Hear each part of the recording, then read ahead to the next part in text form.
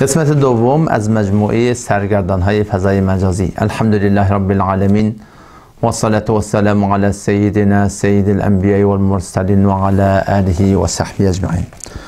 دوستان عزیز گرامی، دوستانی که قسمت اول از این مجموعه را دیدن خاطر نشانشون هست، به یادشون مونده که منظور ما از این مجموعه سخنرانی ها جواب دادن به شبهات بعضی از سرگردان هایی هستن که در فضای مجازی متاسفانه هم خودشون سرگردان شدن، هم باعث سرگردانی دیگر انسان ها شدن. لذا این دفعه بدون از مقدمه میریم سراغ قسمت دیگر از این سخنرانی های اشخاص سرگردان. گرفته و شروع شده. البته از این ازدواج محمد بسیار داشته. یکی دیگهش ازدواج با ماریه قبطیه، ازدواج که چه عرض کنم، تجاوز، کنیز حبسه همسر پیامبر و از این دست زنبارگی ها حضرت محمد بسیار داشته، نه کم که بسیار داشته. خب این قسمت را با هم دیدیم.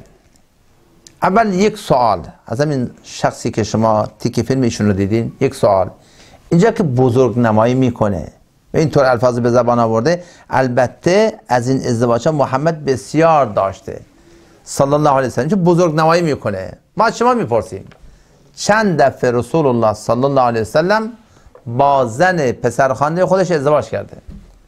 نبی ما، پیامبر ما فقط یک فرزند خوانده داشته، اونم چه شخصی؟ حضرت زید بن ثابت رضی الله عنه.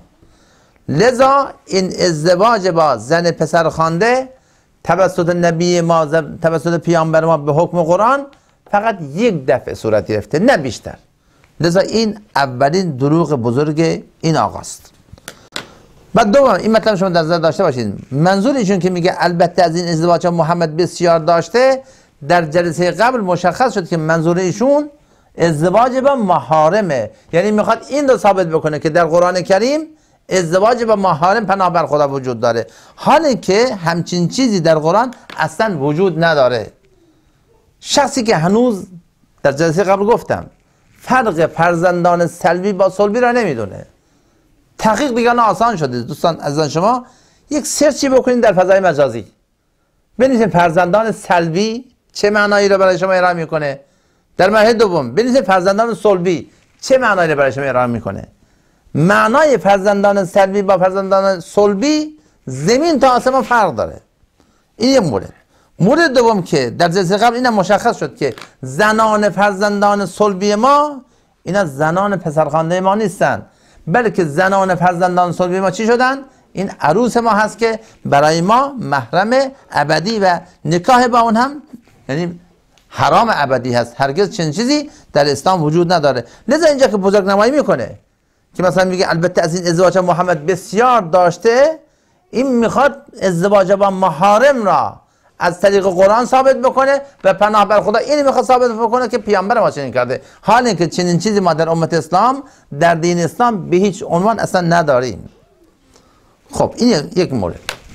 مورد سوم اینجا که میگه یکی دیگهش ازدواج با ماریه قبطیه، ازدواج که چه عرض کنم، تجاوز، کنیز حبسه همسر پیامبر.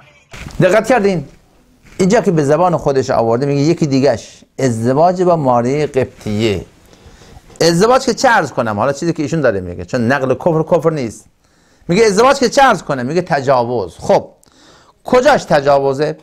کنیزی چیزی بوده که در زمان نبی خدا یک چیزی بوده که در ما بین مردم یک چیز خیلی عادی بوده، همه مردم اون را قبول داشتن. اما اسلام، دین اسلام، پیامبر ما برای نابودی این کنیزی غلامی تشریف آورده بودند.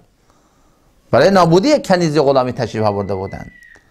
در این مورد علما خیلی بحث کردن که مقصد از کنیزی و غلامی در دین اسلام به خاطر چیه، بر چه مبنایی بوده. لذا دوستان این حرف را آویزی گوشتون بکنین که کنیزی و غلامی هرگز تاییدیه امت اسلام نبوده که یعنی دین اسلام اینو تجویز کرده باشه، نه خیر، این چیزی بوده که قبل از دین اسلام بوده، قبل از اسلام بوده و اسلام با قوانین خود آمده این غلامی و کنیزی را از ریشه کنن کنده و برداشته. مثلا همین حضرت ماری قبطیه به عنوان یک کنیز از طرف حبشه برای نبی خدا صلی الله علیه وسلم هدیه داده شدن.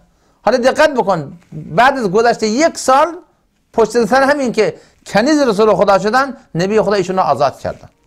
در روایت های اسلامی آمده لما ولدت ماریه القبطیه، یعنی زمانی که ماری قبطیه که مادر مؤمنین هست فرزند رسول الله صلی الله علیه و را به نام ابراهیم به دنیا آوردن، قال رسول الله صلی الله علیه و سلم، پیامبر خدا صلی الله علیه و سلم اعلان کردن اعتقها ولدها، یعنی اینکه همین که حضرت ماری قبطیه حضرت ابراهیم را به دنیا آوردن، یعنی این خود سند آزاده او هست.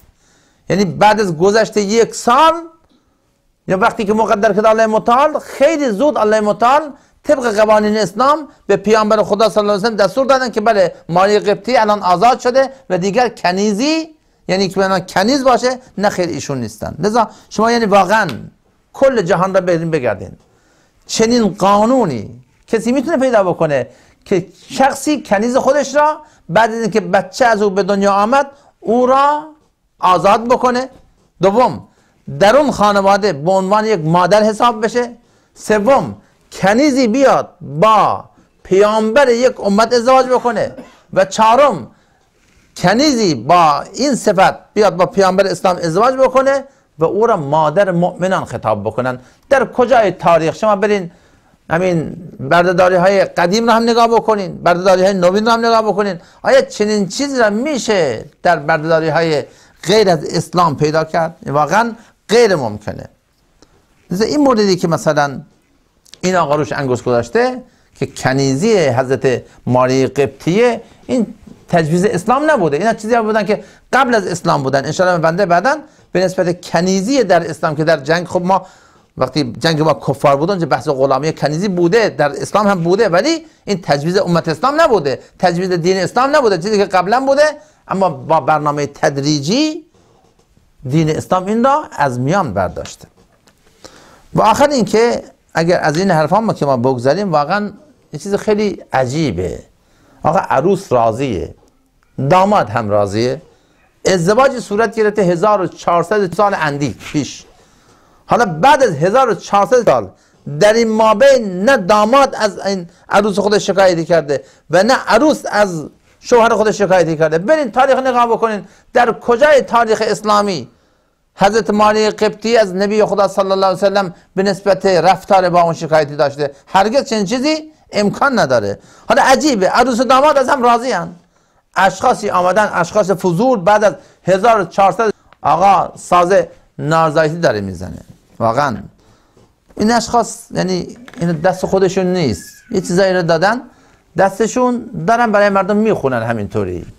کرونا هم اومده دیگه، نه خیلی هم خلاصه بیکار شدن، بحث بیپولی اینا پیش آمد. بلا نسبت گل روی شما، بعضی به خاطر مال دنیا یه کارهایی میکنن متاسفانه.